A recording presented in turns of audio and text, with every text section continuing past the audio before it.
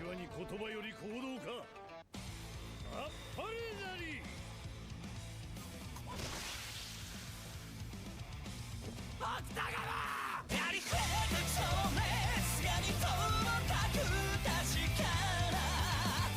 everyone, I'm going to react to Bungo Stray Dog Season 5, Episode 3, Hero vs. Criminal. In the last episode, it was revealed that Fukuchi is Kamui. Rumple sucked himself into Poe's book. Now, Atsushi is like facing Kamui by himself on the boat. And then he's like, I'm alone. Someone please help me fight alongside me or something or other like that. And then Akutagawa was there with a couple of Akutagawa is there. So I'm like super excited. I don't know how this thing was gonna go, man.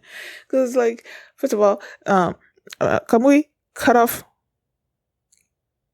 Atsushi's leg, but then it started regenerating.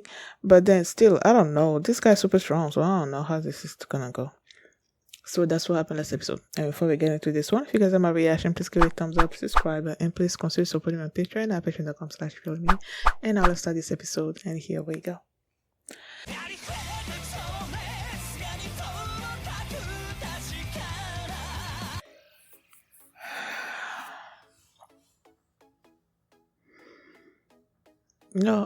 The way this episode ended, I was so shocked that I didn't even realize that as I was hearing the outro, like the intro song play,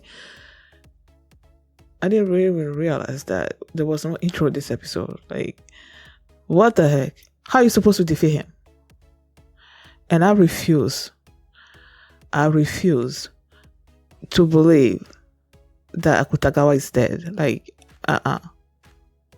that is not,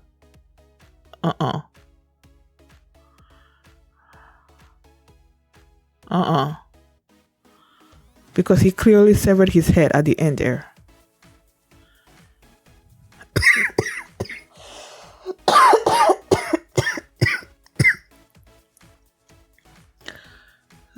That's what I think I saw, and I'm not gonna replay that because I don't want to see it again. And I refuse to believe that he's dead. Okay, you have this sword that can go through time, whatever. There has to be a way to bring him back. And he said that, ever since they introduced Akutagawa to us, he's been like coughing and all that. And I'm like, is he sick? And he said so this episode, like he was sick and that he was gonna die eventually. But like,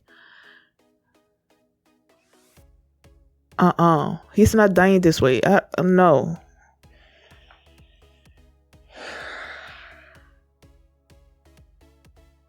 Assuming because I still don't believe it. Assuming that he's actually dead this episode, does the combined Beast Under the Moonlight Rashomon thing that Asushi is not wearing is still a permanent? Is it gonna be permanent? Like with him, on him? Well, if Akutagawa dies, which I really still believe is not, he's gonna come back somewhere or other. I don't know, but I don't believe he's gone. But even if he was gone, would his ability also, the thing that was making Rashomon, whatever, Beast Under the Moonlight thing happen, is that going to disappear with him?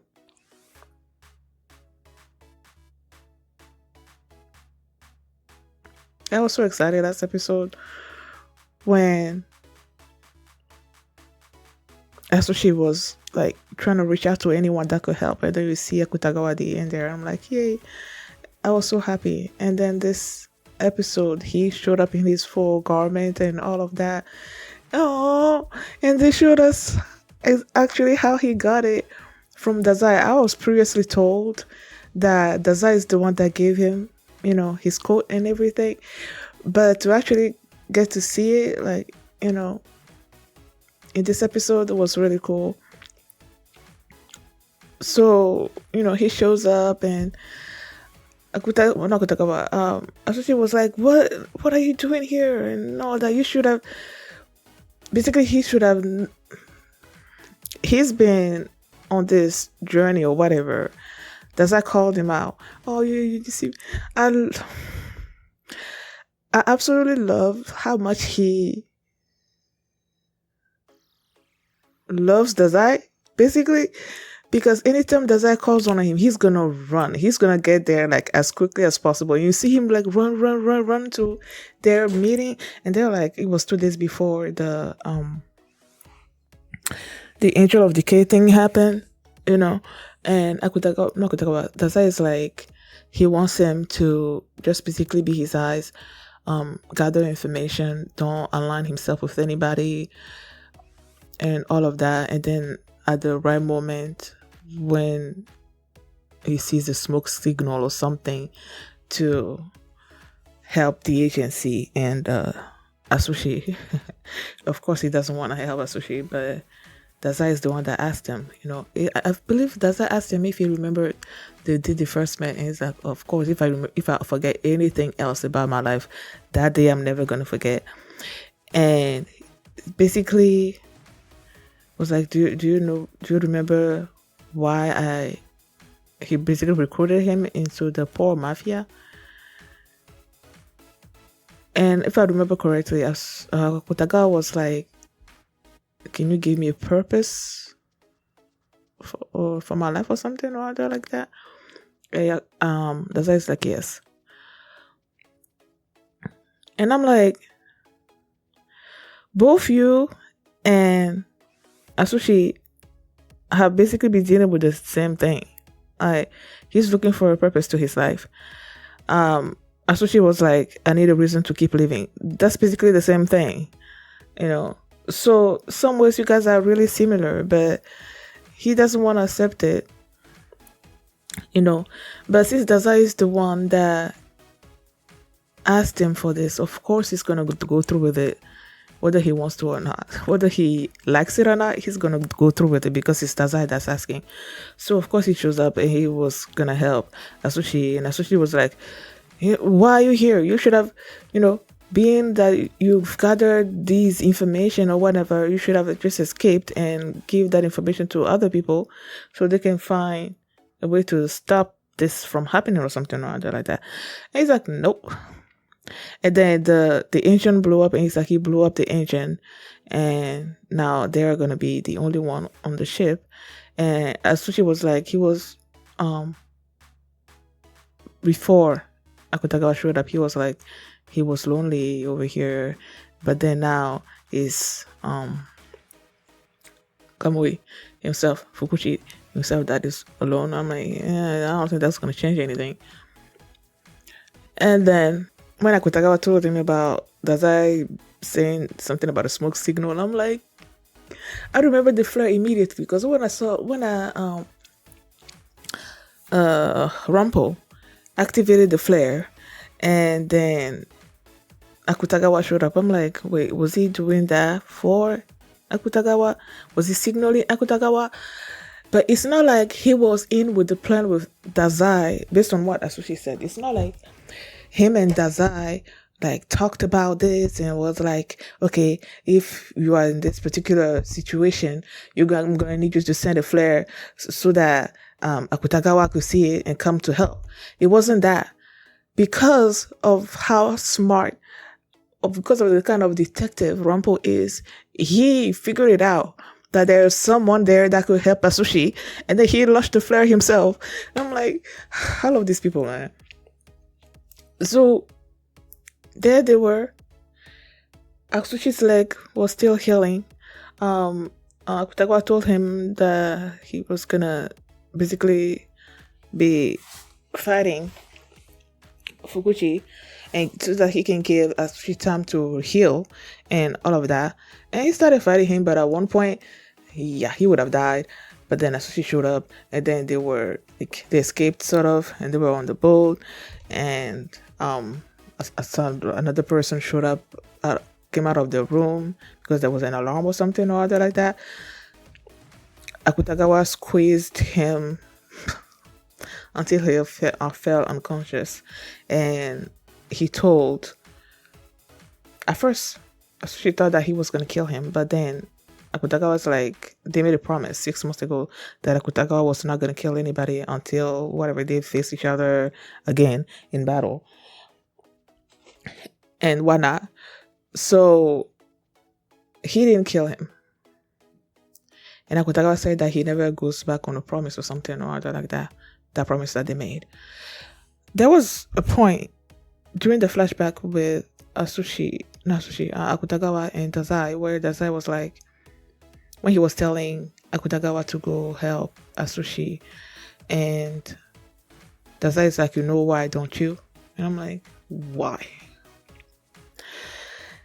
At one point, I'm like, is it because they, that promise that they made that they were going to fight each other again or something or other like that? Is it because of that? But somehow I don't think so. Is it because of that duo thing that he was trying to create between Asushi and Dazai? Just like, not Dazai. Oh my goodness. I love me Dazai. The duo thing, they called it something this episode that he was trying to create between double black. Yeah. Just like him and Dazai and Chuya. Where is Chuya? I miss Chuya. Where Dazai and Chuya were, previous double black. Now he's trying to create this new double black with Akutagawa and Asushi. Is that why? When Dazai say, you know why, don't you? Is that the reason? Like, I'm still confused a little bit about that. But yeah. Now, as they were there, Akutagawa was like, there's only one way that they can defeat Kamui, which is by combining their powers. But that was gonna leave Akutagawa defenseless, So they really needed to make a good use of that move, because it was gonna be like a final thing. If they miss it, then that's it for them. So they were like, okay, we need to go underwater, because if we're underwater, I guess Fukuchi is not gonna have the mobility that he has, not in the water.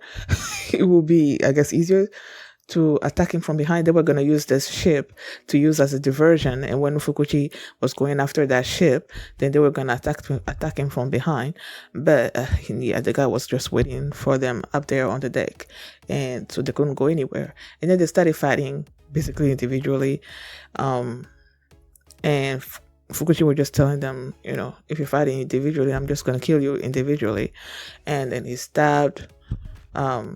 Before they even started, there was a sword that he was carrying, right? He threw that sword into the water, and I'm like, okay. And then he takes out this sword from out of nowhere. I'm like, okay, what is that? And then he's just like, the next scene or whatever, stabbed Akutagawa. And Asushi was like, when the heck did that happen? And then he's like, I'll just use my tiger eyes to see you, whatever. But nope, stabbed him too. And then it's like the thing can traverse. I don't think I've actually noticed him saying space time the first time. I noticed the space because, space. I could see it. But I didn't notice the time thing. So when there came a point where now both of them were down. Fukuchi is like, okay, he's gonna give Akutagawa an opportunity to work with him. He was gonna train him. Akutagawa is all about killing people. It's all about death and all of that. So he's like at the top of, he's trained many gifted people or something or other like that. So he wants Akutagawa to join him because, he still has information that he wanted. Okay, first he was like, okay, maybe I'll torture you to get those information, but he's like, I'm tired of torturing young people and killing young people or something or other like that. So I want you to join up with me, and the only thing that I want from you is to kill Asushi. And I'm like, yeah, he's been wanting to kill Asushi for forever. And then when he said for him to become his new master, I'm like, nah, you're not taking Akutagawa away from Dazai. Like, that's not happening. And then he's like, no, I'm not taking you away from you. I'm just gonna train you and whatever. And then I'm gonna return you to Dazai or something or other like that. And then Akutagawa made it seem like he was agreeing with what he was saying, and he was telling, was it Junko that they say in Japanese? I don't know, but he was saying to Asushi to like get up, and Asushi was thinking, okay, this guy is really gonna try to kill me in this particular moment. But then when he heard what Akutagawa said about not disappointing Dazai, that's when he knew that he could be trusted, that he could trust Akutagawa to do what is best, I guess, for them, and that is to create this thing, this move to combine their forces, Mimi, and to use that as an opportunity to kill Fukuchi, because Fukuchi has turned his back on them. So when they were like collided, well, not collided, they just sort of ran past each other, and Akutagawa transferred his powers, Rashomon, to Asushi, and then he transformed, and then they were like, oh, this is the perfect moment or something or other like that. And I'm like, is it? And then as he was going for the attack, you see this clock that just showed up out of nowhere. The next thing you see is like, oh, we defeated him. This is the page and whatever. I'm like, what the freak is going on? And then you see the clock again, and then the clock is going back in time. I'm like, wait, is it rewinding time? And then the Sushi's like, something is wrong here. And then I don't know. That scene was so confusing. Then it turns out that the sword, whatever its name was, that is a space-time sword, so it can. Okay, in the future you defeated me, and the sword saw that I was defeated, so it basically like went back in time, and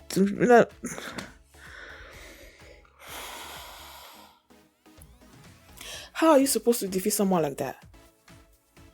Okay, there's this. Hold on.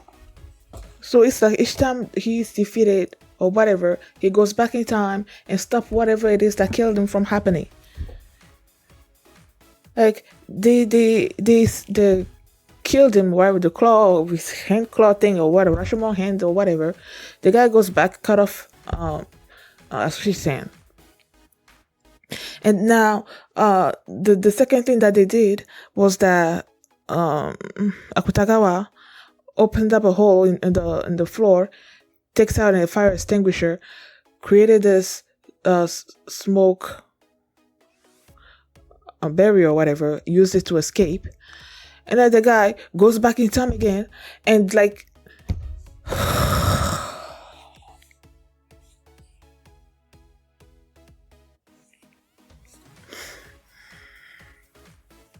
I don't know, man. I get him. And then he cut off his head. Like I said, I refuse to believe that Akutagawa's dead. Because the double black is not going to end like this. Like, this trust has been established this episode. And then, like, you're going to kill Akutagawa off? That doesn't make any sense to me. Like, I refuse to believe it. I don't believe it. I do not believe it. I should not be reading these comments, man. But sometimes I feel like I want to read it. And now I'm like, I see this comment that's like, Akutagawa, no! And then in parentheses, we get to see Brem soon, though. Yay. I don't know who Brem is. But the fact that this guy's like, Akutagawa, no! I don't know. Like, I don't want to think about it.